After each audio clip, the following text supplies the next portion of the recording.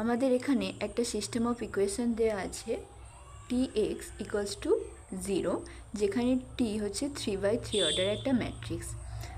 আমরা জানি যে র্যাঙ্ক অফ টি যদি 3 হয় তাহলে ইউনিক সলিউশন থাকবে বা জিরো সলিউশন, আর র্যাঙ্ক অফ টি যদি লেস দেন 3 হয় তাহলে জিরো সলিউশন পাওয়া যাবে না, মানে নন জিরো সলিউশন থাকবে, ইনফাইনাইট সলিউশন থাকবে, যাই বলো।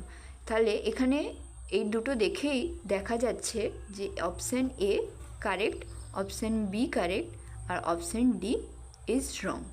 ফর অপশান সি আমাদের এখানে বলা আছে যে rank of T greater or equals to 2। তার মানে আমরা এখান থেকে বলতে পারি যে নালিটি অফ টি 1 হবে বা 0 হবে, মানে লেস অর ইকুয়ালস টু 1।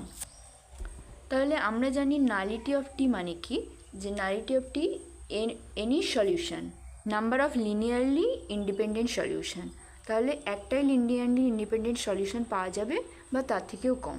আমাদের এখানে বলা আছে যে any two solutions are linearly dependent. তাহলে এটা ঠিকই বলেছে, কারণ একটাই লিনিয়ারলি ইন্ডিপেন্ডেন্ট সলিউশন আছে। So option C is correct.